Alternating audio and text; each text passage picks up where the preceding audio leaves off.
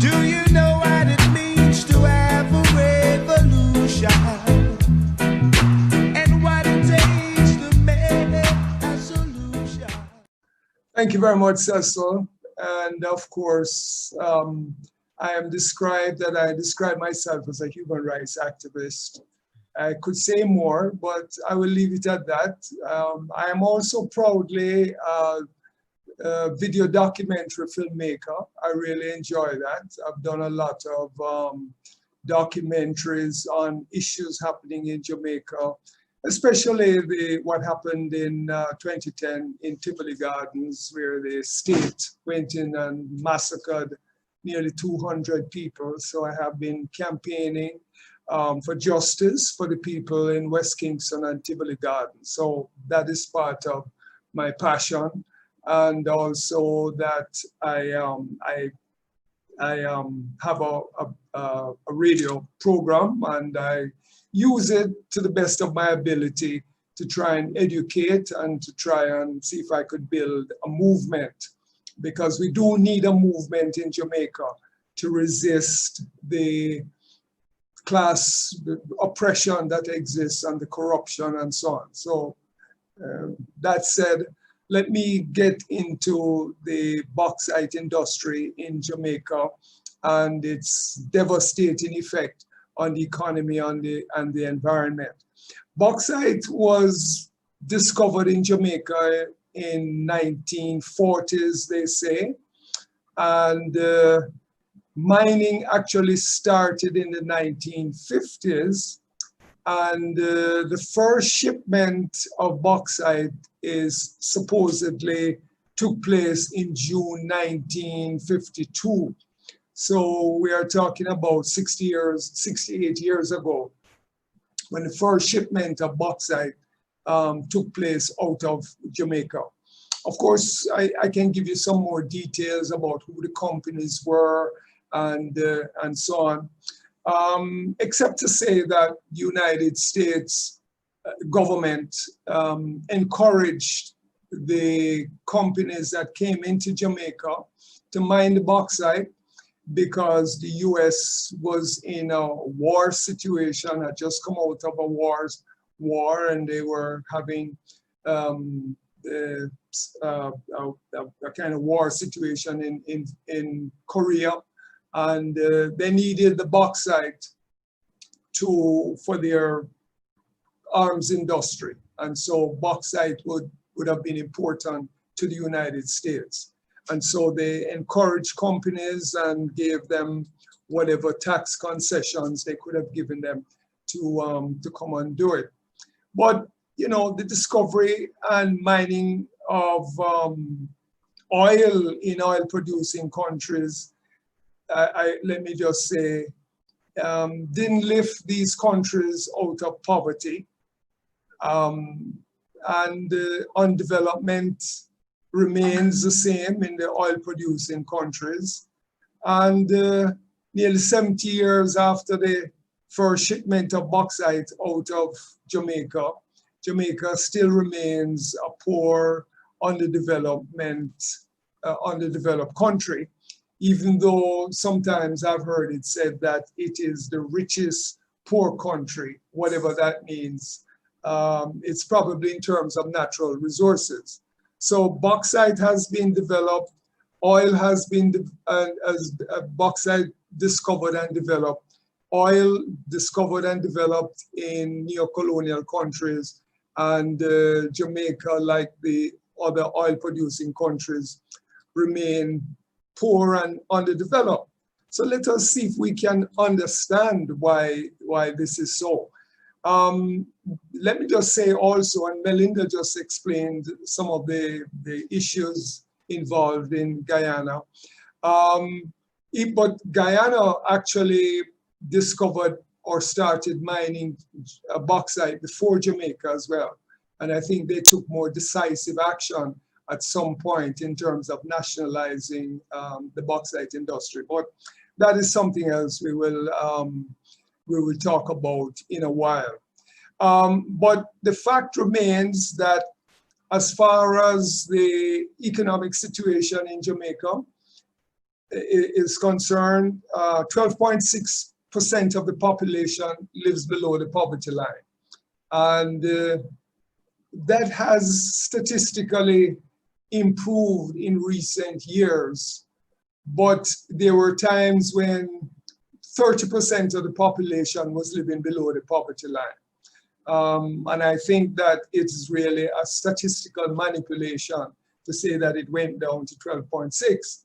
However, given the COVID crisis, I think that 12.6 has probably doubled, because the poverty situation is really terrible right now because of the COVID pandemic and lockdown.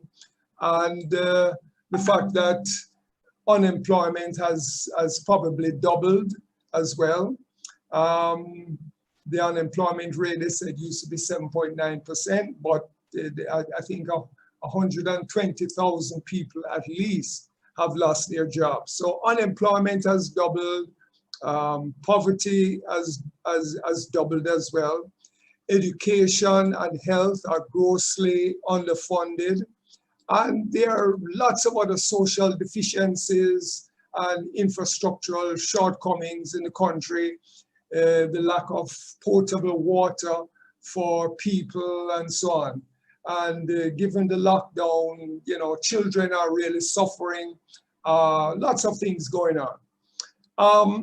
And I should also add that up to a few years ago, Jamaica was had one of the highest debt to GDP ratios in the world, and which led to the IMF and the government coming to an agreement, give them some money, and they will agree to what the IMF wants. And that agreement resulted in the government making debt payment the first and foremost thing on the agenda. In other words, before you do anything in terms of dealing with the social issues of the people, you pay the debt first. And then the IMF says, well, all right, and we will give you some money to take care of your recurrent expenditures and etc. But you have to commit yourself to repaying and paying down the debt. Let me say that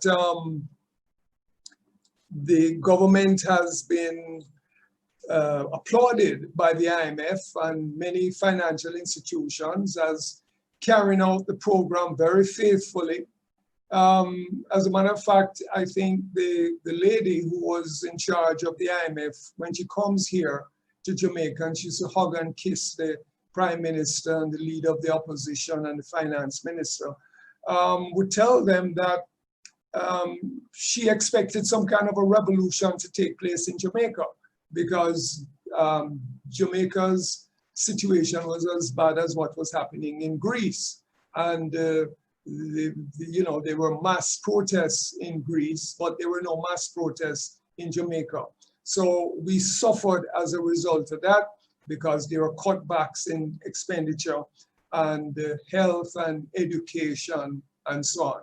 So we are, you know, wrapped up with the International Monetary Fund because we don't earn enough money to take care of the social needs of the people.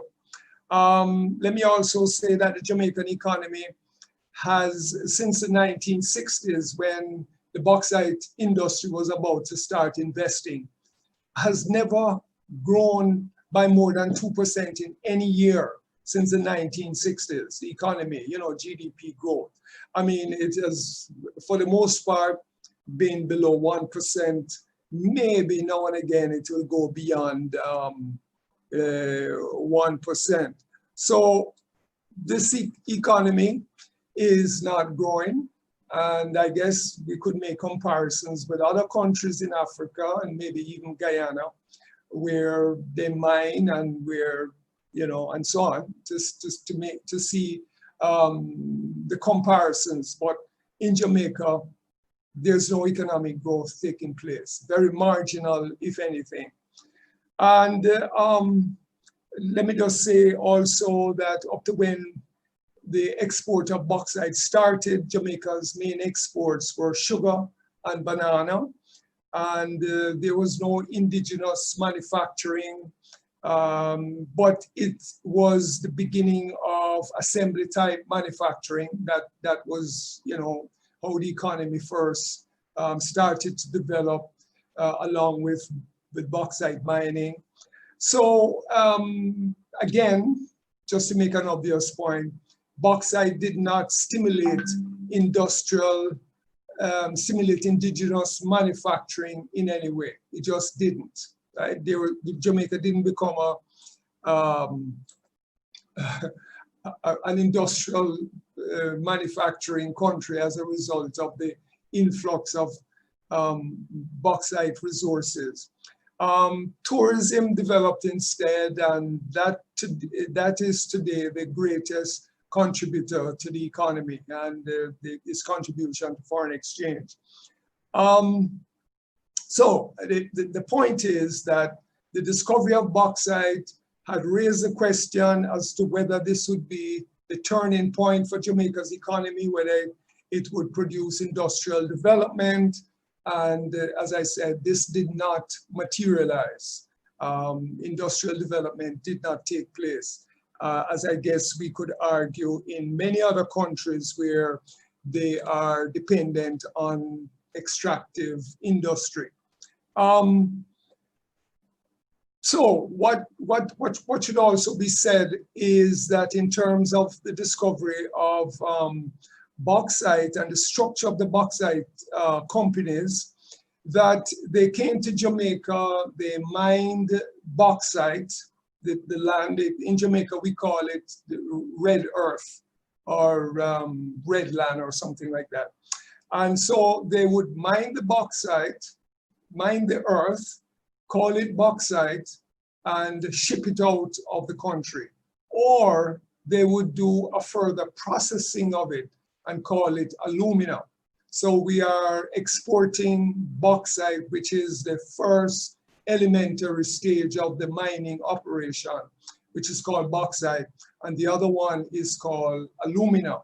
And then both are sent to the United States, where they are further processed into aluminum.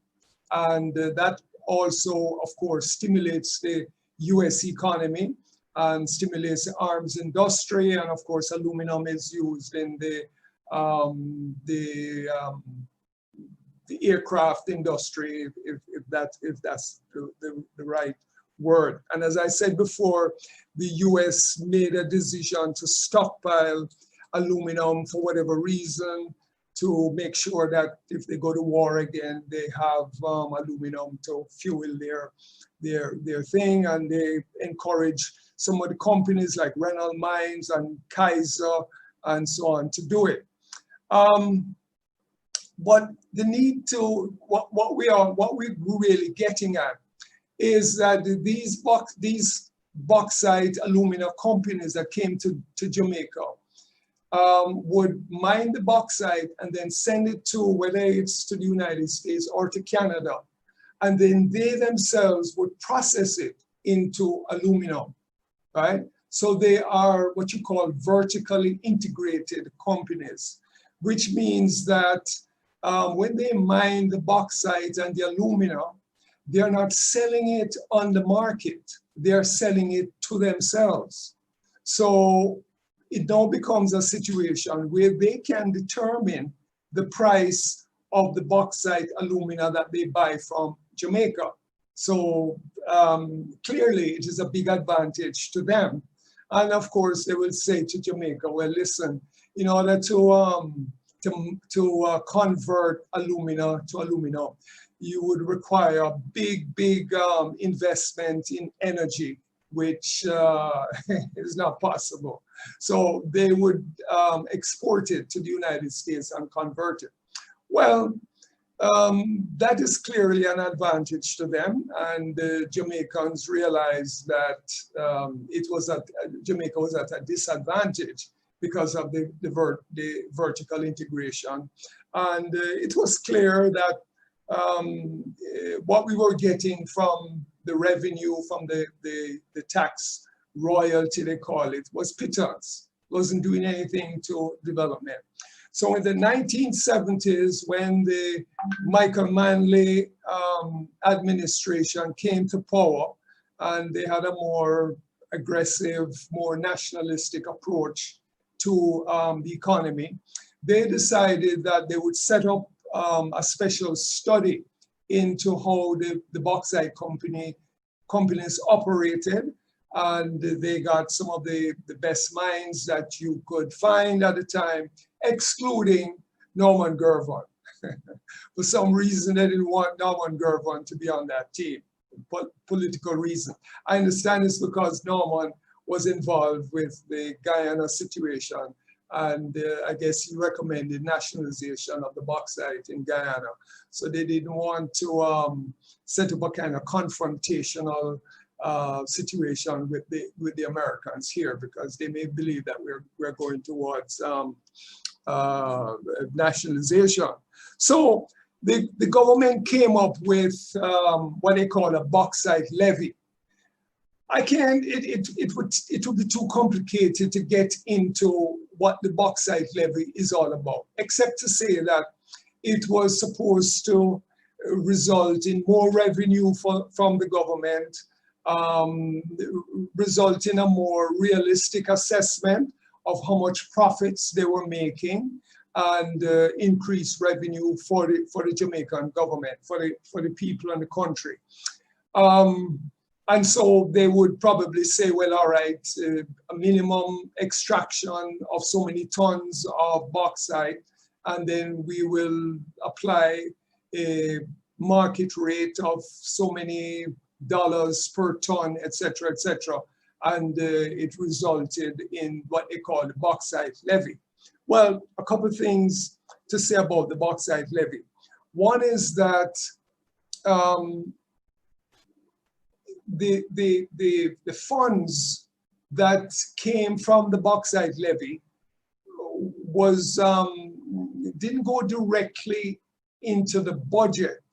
It went into what they call a capital development fund. So a special arrangement was made that all money coming from the bauxite companies would be part of the capital development fund. So it's easy now to see and to assess, if one wanted to do that, to see what it is that the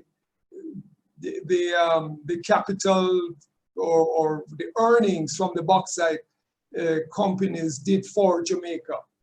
And all I can tell you is that the most that it did was to take care of recurrent expenditures by the government. It didn't result in any great development or anything like that. Didn't result in that at all. And you know, as a matter of fact, if I'm not mistaken, the bauxite levy is now suspended because they're trying to seduce a Chinese company coming into Jamaica and developing the industry. And so they said, well, all right, this is a trade-off. We will suspend the bauxite levy for a while, and you come and you invest, etc. So therefore, we the people lose from something like this. I see my time is running out, but let me just speed it up a little bit in terms of the presentation that I want to make. Two other issues. One is that when the bauxite companies came here, by one means or another, they took over thousands of acres of land from the people, whether they bought it cheap or whether the government gave it to them or whatever it is. People were dispossessed from the land. The people having been dispossessed, the promise was that, okay, after their mine for 20 years, they're going to restore the land to what it was before in terms of, you know, its fertility and things like that. That never happened, and it's impossible to happen. Deforestation took place as well. So the people have suffered. And not only have they suffered in terms of land and landlessness in Jamaica, people being accused of being squatters, all that kind of thing. But a lot of them have suffered health problems because of the mining, the dust from the bauxite companies, and it has destroyed their crops, it has damaged their houses, and a lot of them have to go to hospital to deal with it. Sometimes the bauxite companies will come and give them a little handout, but that doesn't deal with the real fundamental problems of the health issues that it has caused for them. The next issue, of course, is the fact that the deforestation, and currently they want to move even more into the cockpit country in Jamaica, which is the equivalent of the Amazon forests in Brazil. That is the cockpit country is our equivalent of the Amazon in Brazil. And also the similarity is that in the Amazon in Brazil, it's the indigenous people who live there, the indigenous people who live in the Amazon for the most part, and who are suffering because they're cutting down the trees and engaging in all kind of production. Well, the Maroons are the ones who live for the most part in the cockpit country, and the Maroons, as some of you might know, are the people who stood up to the British when the British came here, and you know, they drove out the Spanish, and you know, and tried to and decided to take the country away. Some of the African slaves resisted, they ran away, they went to the hills, they went to the mountains, and they fought the British for over 100 years. And the British couldn't defeat them, and so they had an agreement with them where they would say, well, all right, these lands are yours, you run it, you govern it, just don't come and mess with our plantations, don't come and steal slaves anymore, don't come and steal our property, etc. So there was an agreement. Well, the descendants of the Maroons are maintaining that this land is ours, and we are not going to allow you to come in here and mine it anymore and destroy the ecology, destroy the environment, etc. And they have been having protests, and people been standing up with them. And that is a very good thing that has been happening in Jamaica. People are supporting the Maroons, and the Maroons are cognizant of their history and their need to protect the environment and protect where they live, and they understand their history and where they are coming from. So I think that they have lessons to teach the rest of us, and so we must take a lesson from them. And what we need is development. We need development which protects the environment, and which also eliminates the gap between the rich and the poor. We don't want development where it makes a handful of people rich, or you know, we're playing into the hands of the United States because it needs resources so that it can go to war and protect itself and engage in its own industrial development, because that is the way in which it works. So if we look at it from that perspective, as we say, la lucha continua, and the struggle continues, and you know, as they say, united we stand, divided we fall. And we're going to use this to motivate us and to stand up for justice. Jamaica is also one of the most corrupt countries in the world, and our political ruling class need to be challenged. The human rights situation is horrible, terrible. And so all of these things combined, extractivism, human rights, the environment, corruption, we're going to put them together, and we're going to fight against imperialism. Thank you.